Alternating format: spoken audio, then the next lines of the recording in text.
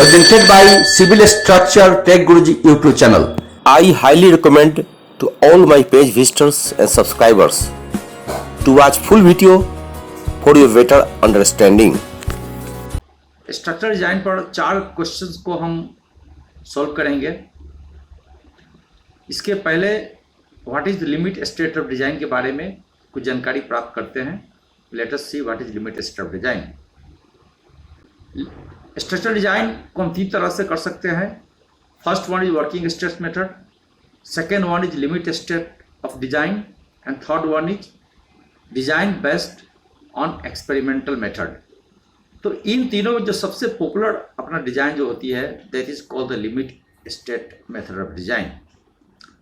ये काफ़ी चीज़ों का ध्यान रखती है इस डिजाइन में।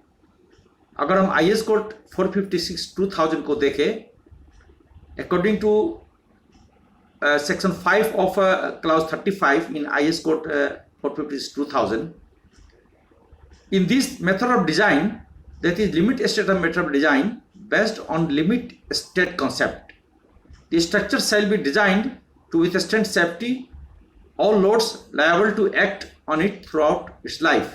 It shall also satisfy the serviceability requirements such as limitation on deflection and cracking. तो लिमिट स्टेट डिजाइन में हमें मेनली जो सेफ्टी फैक्टर को ध्यान में रखता है that is serviceability condition due to design, whatever load coming to the structures, और इसकी डिफ्लेक्शन एंड क्रैकिंग पैटर्न जो भी होगी इसको भी वो रजिस्ट करेगा इन the limit state of design. Acceptable limit for the safety and serviceability requirement before failure occur is called a limit state.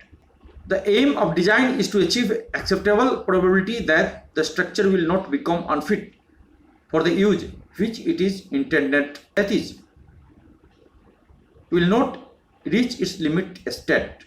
तो different kind of structure having limit उसको भी स्टडी करेंगे before designing. All relevant limit state shall be considered in design to ensure an adequate degree of safety and serviceability. In general, the structure shall be designed on the basis of most critical limit state and shall be checked for other limit also. इन सब को ensure करने के लिए to achieve the above objectives, the design should be based on characteristic value of material, strength and applied load. जो the characteristic value जो material के लिए या लोड के लिए जो हमने लिया है उसमें जो भी वेरिएशंस होते हैं मटेरियल स्ट्रेंथ की और लोड की, तो load to be supported on the structure, उसको भी वेरिएशन को कंसिडर करना है। The characteristic value should be based on statical data if available. Where such data is not available, आपको अपने एक्सपीरियंस के आधार पे आपको लेना है। The design value are derive from the characteristic value through the use of partial safety factors, one for material strength and other for the loads. In absence of a specified consideration, these factors should have the value given in the IS code 456/2000 and table 36 according to the material values. The type of loading and the limit state being considered. The design में आपको limit state of collapse and limit state of serviceability को consider करना है। The limit state of collapse of the structure or part of the structure could be assessed from the rupture of one or more critical sections. कई critical section को consider करते हुए उसमें rupture की value क्या होगी, बकलिंग की value क्या होगी ड्यू टू इलास्टिक और plastic instability of the structure or overturning.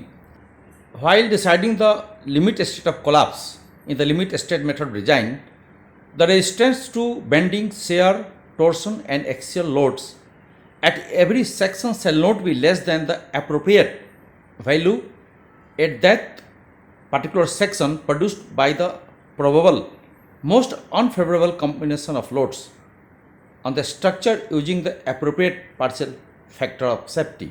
So in the limit state design सभी चीज़ों ऐसा मैंने कहा आपका जो भी है बेंडिंग है, शेयर है, टोर्सन है, एक्सियल लोड है, इसकी रेजिस्टेंस कैपेसिटी जो है हर एक सेक्शन पर it shall not be less than the probable most unfavourable combination of load While finding the values, आप पार्शियल फैक्टर ऑफ सेफ्टी को जरूर यूज़ करें।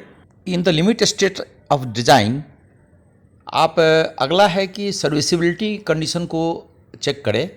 सर्विसिबिलिटी कंडीशन में आपको नंबर 1 में आती है स्टील को इस तरह से प्रोवाइड करें कि जो डिफ्लेक्शन क्राइटेरिया है, जो डिफ्लेक्शन लिमिट है, उससे एक्सीड नहीं करे। डिफ्लेक्शन लिमिट आपको 23.2 क्लाउज में दिया गया है IS कोड 456/2000 में। हर एक स्ट्रक्चर के लिए एक डिफ्लेक्शन क्राइटेरिया होती है, बीम हो या स्लेब हो या पार्टिकुलर स्ट्रक्चर हो। The deflection shall not be exceeded to the limit. Next, in the limit state design में आपको सर्विसिबिलिटी क्राइटेरिया को भी हम फुलफिल करना होता है। सर्विसिबिलिटी क्राइटेरिया में आपको जो क्रैक पैटर्न होती है उसको चेक करें। क्रैक पैटर्न में अलग अलग स्ट्रक्चर के लिए अलग अलग क्रैक पैटर्न होती है, बट क्रैक पैटर्न ऐसा नहीं हो कि स्ट्रक्चर देखने में ख़राब लगे और उसके स्ट्रेंथ और ड्यूरेबिलिटी को भी हार्म करे। In general sense 0.3 mm on the surface crack is allowed, but वो देखना है कि अगर टेंसाइल जोन में है या कंप्रेशन जोन में है या रेइनफोर्समेंट को कहीं हार्म तो नहीं कर रही है, तो उस केस में हम उसको रेस्ट्रिक्ट करते हैं। The tensile member if it is subjected to harmful weather condition or exposed to some bad environment, वहाँ पे आप 0.2 mm सजेस्टेड है। लेकिन same tensile member when it is subjected to very severe condition of the atmosphere, it is recommended that 0.1 mm से ज़्यादा crack develop ना हो। इस तरह से लिमिट स्टेट ऑफ डिज़ाइन को हम डिस्क्राइब करते हैं। तो अभी आपने इस वीडियो में देखा कि limit state of structural design को कैसे डिफाइन करते हैं और उसमें क्या क्या बेसिक जो कंपोनेंट है उसके बारे में एक एक करके मैंने बताया। उम्मीद है आपको ये जरूर अच्छा लगा होगा। अब आइए हम देख लेते हैं कि कुछ क्वेश्चन आंसर देख लेते हैं। These are from very basic principles of structure designing. Hope आपको जरूर मदद करेगी to understand the structure designing. Now question number 1, properly designed concrete structure should number A sustain the loads likely to come during next 50 years. Second option is sustain all loads and deformation without collapse or any damage. Third one is C, sustain all loads with limited deformation during construction and uses. And option number D is sustain characteristic load and deformation during the next 50 years.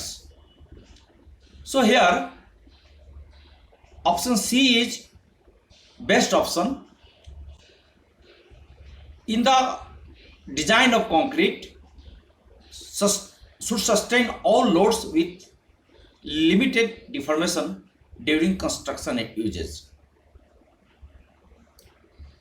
कोई भी design जब करते हैं हम, तो ये नहीं कि अनलिमिटेड डिफॉर्मेशन के लिए यूज करते हैं, अनलिमिटेड लोड के लिए यूज करते हैं। They are certain criteria of loadings based on which deformation occurred. तो सर्टेन ऑप्शन सी जो दिया हुआ है, this is very correct answer. We do the structure design to sustain all loads with limited deformation during construction and uses. Your best answer is option C. Okay.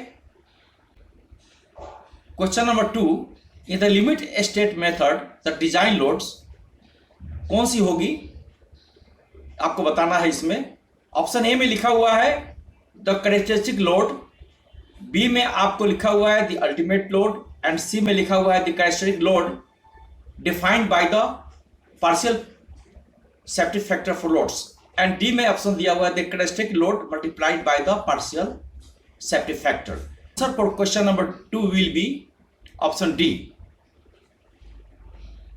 Your D, the characteristic load multiplied by the partial factor of safety.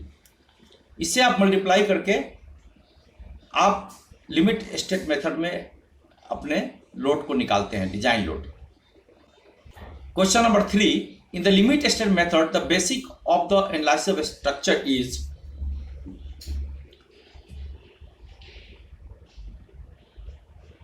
ये पूछ रहा है आपको कि limit state method में what is the basic of analysis of any structures. तो पहला है linear elastic theory, number B में है नॉन लीनियर थ्योरी, सी में है plastic method of analysis and D में है involving fracture mechanics. Your correct answer will be option A, linear elastic theory. In this linear elastic theory कोई भी material अगर आपको जैसे कंक्रीट है या इलास्टिक प्रॉपर्टी ऑफ मटेरियल तभी आपको वैलिड होती है कि after loading it will again come to its on position. और स्ट्रेस और स्ट्रेन, लोड वर्सेस स्ट्रेस और लोड वर्सेस स्ट्रेन एक सर्टेन लिमिट तक आपको ये यंग्स मॉडुलस ऑफ इलास्टिसिटी जो होती है इसको फॉलो करती है आरसीसी स्ट्रक्चर में। Next come to the question number 4। The characteristic load is, load हमारे कई तरह के होते हैं। जो लिमिट स्टेट डिजाइन में है बेसिकली द कैरेक्टरिस्टिक लोड, उसको क्या कहते हैं? The load at first crack, B that load which has a probability of 95% of not being exceeded during the life of the structure, और the ultimate collapse load, और आपको D में दिया जाएगा the ultimate collapse load multiplied by the partial factor of safety. Option B is your correct answer. The load which has a probability of 95% of not being exceeded during the life of structures,